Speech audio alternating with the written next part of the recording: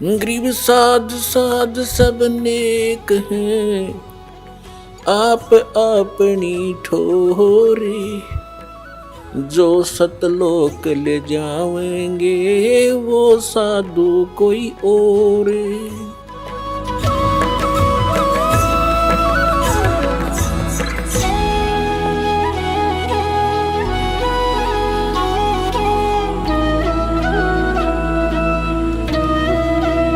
गीता अध्याय नंबर 18 के श्लोक नंबर 62 में इसने कह दिया, अर्जुन तू सर्वभाव से उस परमेश्वर की शरण में जा, उसकी कृपा से तू परम शांति को, सनातन परम धाम को प्राप्त होगा।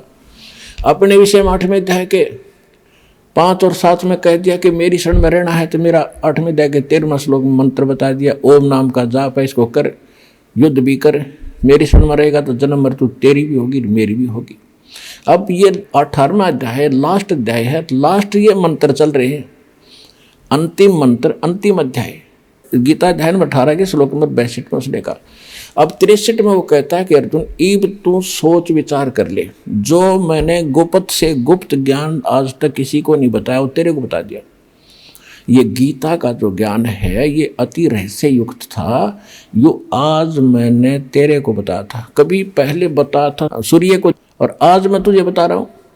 सूर्य ये आग का गोला नहीं, एक देव है अलग से, जैसे बिजली महकमे का बिजली का अफसर होते हैं, मंत्री होते हैं। तो कहता है ये गुप्त से गुप्त ज्ञान मैंने तुझे बता दिया, अब तूने जैसा अच्छा लगे वैसा कर ले। 18वें अध्याय के 64वें श्लोक में कहा कि एक और गुप्त बता देता हूं कि जिसके विषय में 18वें अध्याय के 62वें श्लोक में मैंने कहा कि उसकी शरण में जा, वो मेरा भी पूज्य देव है, इष्ट देव है।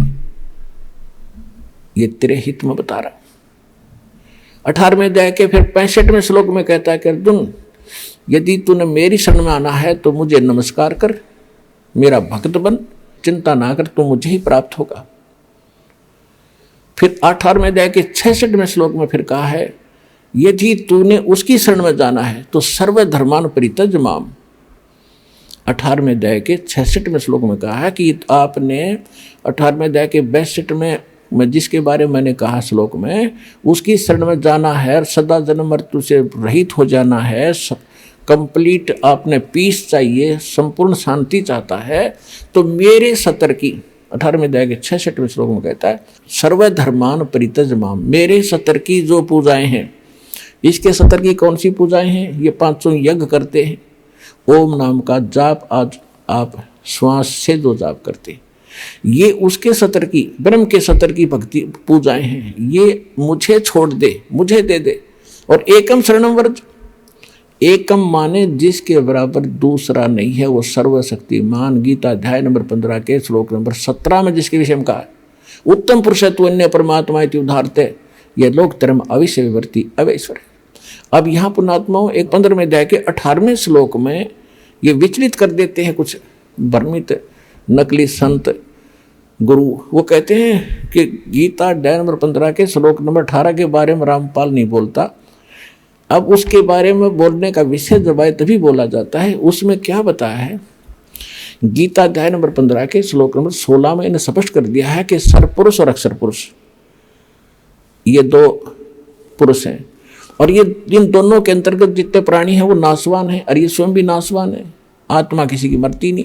उसने स्पष्ट कर दिया 15वें अध्याय के 70वें श्लोक में कि वो पुरुषोत्तम तो कोई और है, उत्तम पुरुष कहो चाहे पुरुषोत्तम कहो।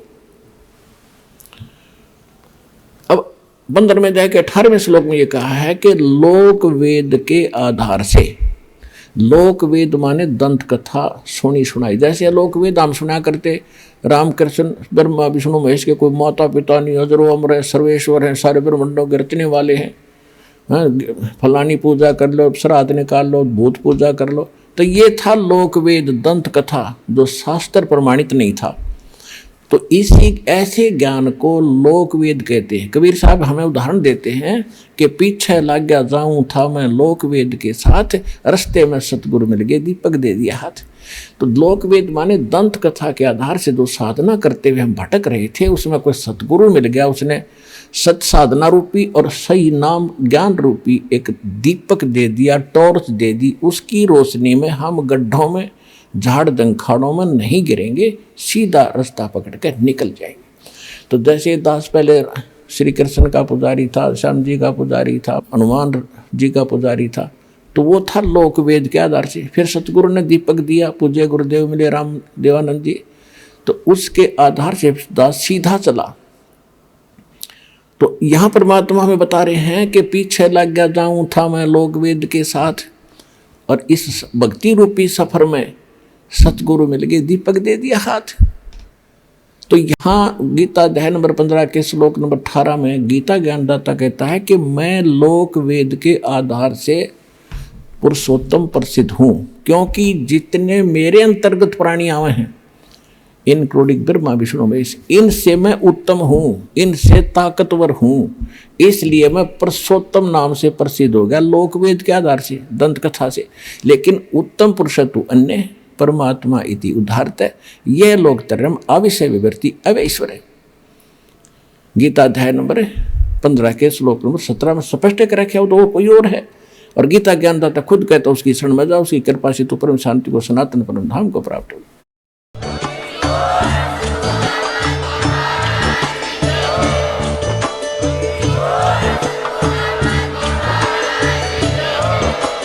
आप सुन रहे थे जगत गुरु तत्वदर्शी संत रामपाल जी महाराज जी के मंगल प्रवचन। अधिक जानकारी के लिए विजिट कीजिए हमारी वेबसाइट www.jagatgururampalji.org। संत रामपाल जी महाराज जी के शुभ आशीर्वाद से पूरे विश्व भर में 500 से भी ज्यादा नाम दीक्षा केंद्र हैं, जिन पर संत रामपाल जी महाराज जी द्वारा ऑनलाइन निशुल्क नाम दीक्षा दी जा रही है। अपने नजदीकी नाम दीक्षा केंद्र का पता करने के लिए संपर्क करें 8222880541।